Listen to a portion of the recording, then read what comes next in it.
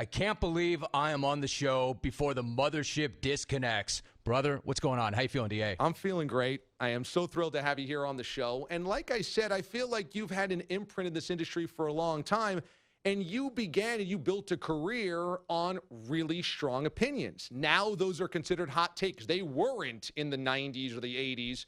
And I wonder, now that we live in hot takeville, and sometimes you've clowned on the lava takes of guys that probably don't even believe it, just want the attention, are you kind of bummed at where the take industry has kind of gone recently? You know, honestly, I appreciate what you're saying about whether or not I've had any kind of impact on the industry at all. But no, I mean, not really. Here's where I come out on this. I think there's a difference between a take and lava. You know, the difference between a point of view and a hot take. My take is my angle. My take, hopefully, is a well-thought-out, aggressive opinion. To me, a hot take is just verbal clickbait. It's a way to get people to look at you. It's a way to get people to react to you, regardless of whether or not you even believe the crap that you're spewing. I mean, it's kind of cliche, but I really do say what I mean, and I mean what I say, and I think about it before I say it. And I don't roll in here 4 hours before the show and sit around thinking, damn, what is the most absurd thing that I could say right now that's going to get the most people to look at me? So no, I don't puke lava for the eyeballs and the ears. It's not where I live, but I want to be very clear about this. You know, I don't want people to think that I'm railing against anybody who does.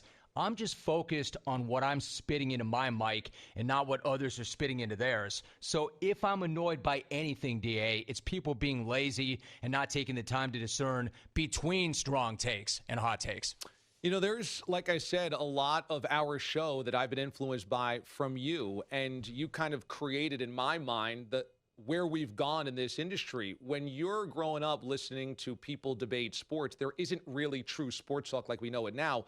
Was there somebody that influenced you in how they spoke about sports or how they delivered a radio show or maybe even in a different place in media?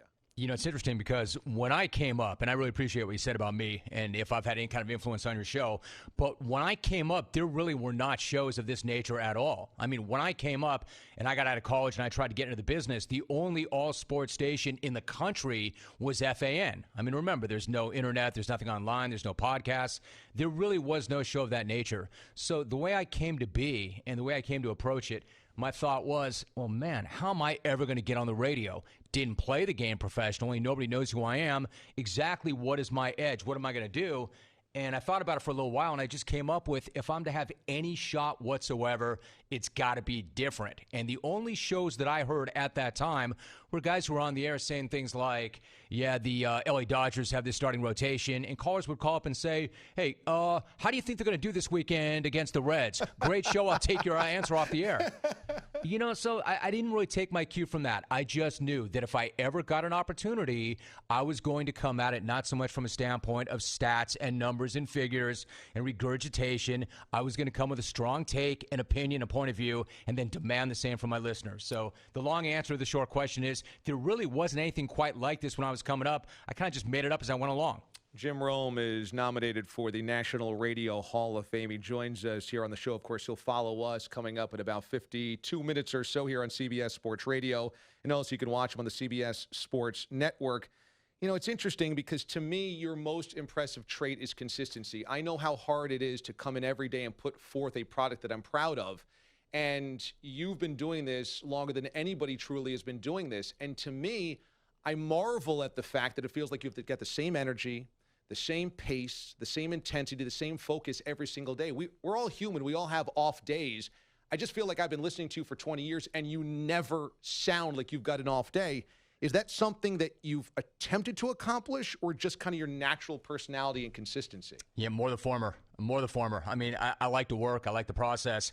But I also figured out pretty early on that there are a lot of people out there that may not like their job, may not like their life, maybe need something to take them away from the mundane or whatever it is they're into. You know, they tune into people like you and they tune into people like us and they want to talk sports. And if you or I have a bad day, everybody knows it. If somebody in the office has a bad day that's kind of anonymous, you know, maybe a few guys in the cubicle around him know. But if we have a bad day, everybody knows. So there are no bad days. And if you're having a bad day and you let that impact what you do on the air or how you approach your process and your craft, man, you're not showing a lot of heart, right? You're not showing a lot of discipline. And by the way, they pay us to talk sports and interview athletes and talk to people. So how can you have a bad day? My feeling is you show up and you go to work and you punch that clock and be real happy about the opportunity you have. And 30 years later, I'm still pumped to roll out of the rack every single morning. I mean, I love it. This is an amazing, amazing job. Like, I'm living the best life because they still pay me to talk sports. Yeah, and you reference the grind a lot, and you reference the work ethic it took you to get to where you are and the work ethic of your parents as well. And I relate to a lot of that because that's how I feel as well about there's glory in the grind. I mean, every single day you might not get attention for it, but I really feel like there's something you take out of that. And I wonder, in today's world, kind of anybody can have a podcast and everybody can have a voice on social media. And do you ever wonder if the grind is still out there because technology may have led to an industry where people believe they have or should have a show, even if they haven't put in the quote-unquote grind? It's a really good question, because when I came up again, and not to go all old man on everybody, but it was a really different world. Like, I started in a small market. I started in Santa Barbara in California, which was market 175. So the way I had to do it, I had to fight to get out. It literally took me 3 years to get out of Santa Barbara and to get into a major market, which is what San Diego was at that time. And there were a lot of nights where I thought, man, am I going to be buried in the minor leagues for my entire career? Am I ever going to get that call? So every single day I'd get up and just grind and work it. That's a very different world than the one we live in right now. I mean, I've always looked at it like there are no shortcuts. Now you've got people looking to cut the line. And why is that? The same reason anybody does anything, because they can, because the barrier for entry is much lower than when I came up. Now, for instance, if you want to plant your flag, you just go ahead and do that. Now you just get your GarageBand app, you fire that thing open, you've got yourself a show. Or you open up any kind of other mic and you've got a podcast. It's not better, it's not worse, it's just different. But I know this. Nobody's getting out of college looking for a call screening gig at a terrestrial radio station when they can start their own podcast right now. So in terms of the grind, you better be willing to grind, because the battle for the people's minds and their hearts has never, ever been tougher. But at the same time, DA, guys like you and me, we're not giving up what we have either. I remember what it was like when I was coming up and I was gunning for everybody else, and now they're gunning for you and they're gunning for me. And, hey, come and get it. Come and get it. I mean, that's the way this thing works, but just know you're going to have to fight us to take it from us. Jim Rome joins us this morning on the show, and I like how you put that because, there were nights that I was doing nighttime radio at a small market, and I felt, boy, nobody's listening to me. There's no way anybody's listening to me, and I've got to fight every single day to get out of here to get to someplace that somebody is going to listen to me. And I'll work 2 jobs and 2 shifts and not sleep because I got to do this. And when I talk to college kids now, the world has changed so dramatically that, as you said, they're not looking for that moment to work 18 hours for $18,000 a year, which is what I did. But all of those things made me a talk show host the way that it made me now, and I feel like I could never give that up, that it was so valuable. Do you look at that grind when you started and said, that defines who I am now, and I wouldn't have been the same sports talk host without it? 100%. I mean, there's a couple of things that happened early in my career that helped really shape the way I approach the entire thing. Number one, when I was coming up, hey, listen, there are guys that are smarter than me. There are guys that are more talented than me. There are guys that are better looking than me with better voices. I mean, all of that. The one edge I think I had was really self-aware all along. I understood this. I knew what I was good at. I knew what I was not as good at, and I had to formulate a process and a philosophy. And when I was coming up, maybe you saw some of this, I literally went to school with guys that I knew were better. Literally. They were more talented. They were better. They could do things that I couldn't do. Yeah. But as I got into the grind, I saw what was happening. The longer it took to get there, the more pressure people in our business felt to get out and to try something else, because all of their friends were making money and doing well in their field of choice. And I realized then it's a war of attrition. If I burn the boats and I never give in and I stay on this thing long enough, maybe I can will it my way. And that's part of what my whole grind is. One of my edges was I was not going to be outworked, and I was not going to give in, and I was not going to give up, because it wasn't up to me to decide how long it was going to take. You never know when that next door is going to go down. You just got to keep kicking it. Jim Rome is up for the National Radio Hall of Fame. You can vote at radiovote.com for him. You can also text 800 to 96,000, 96000 to cast your vote. I know it's hard to reflect on your own reputation, your own career. You're in it, and so you can't see it from the outside. But clearly when you're up for something like this, you've had a major impact in the industry, and you've always been self-deprecating in this and humble in this and grounded. But when you think about it, what do you hope that impact has been, or what's that footprint that you believe has gotten you to a point where you're a candidate for this? I'll tell you what feels great. I'm kind of looking at Twitter right now, and I've got my friends.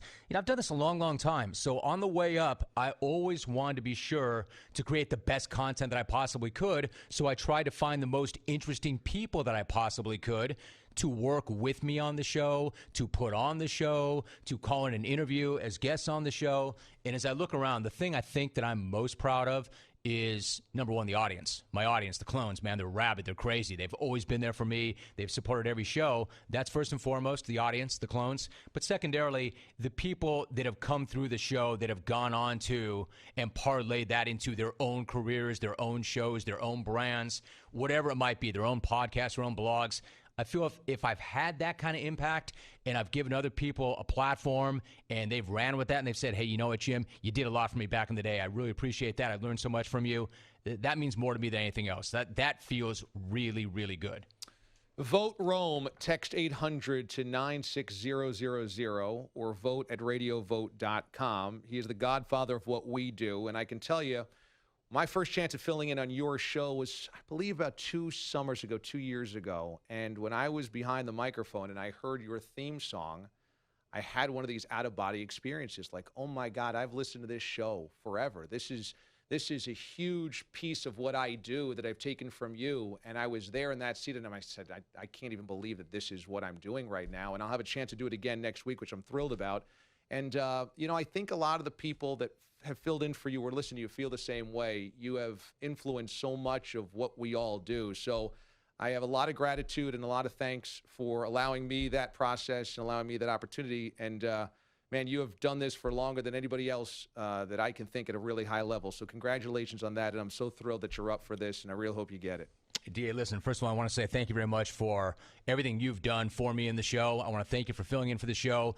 But I need you to know also that when we go about selecting our guest hosts, I mean, not that this is the end-all and the greatest thing in the history of the world, but we're very careful about who we pick. And I want to find somebody who's got the same kind of work ethic, the same kind of process, the same kind of person who goes after their craft every single day. I'm looking for somebody who's very similar in the way they go about it that I am, and that's how we decide who gets to guest host the show or who we want to ask, and you're that guy. I mean, I see a lot of you in me, for better or for worse for what people think of you and I do see a lot of you in me. So I've got a lot of respect for you, your process, your brand, your show, and I'm really happy that you step in for me when I'm not here. And as far as the Hall of Fame, I'm going to let those chips fall where they may, but I really appreciate you having me on the mothership before you disconnect and getting behind that thing, man. It's great. D.A., thank you very much. You got it, man. Thanks so much. Coolest thing you could say.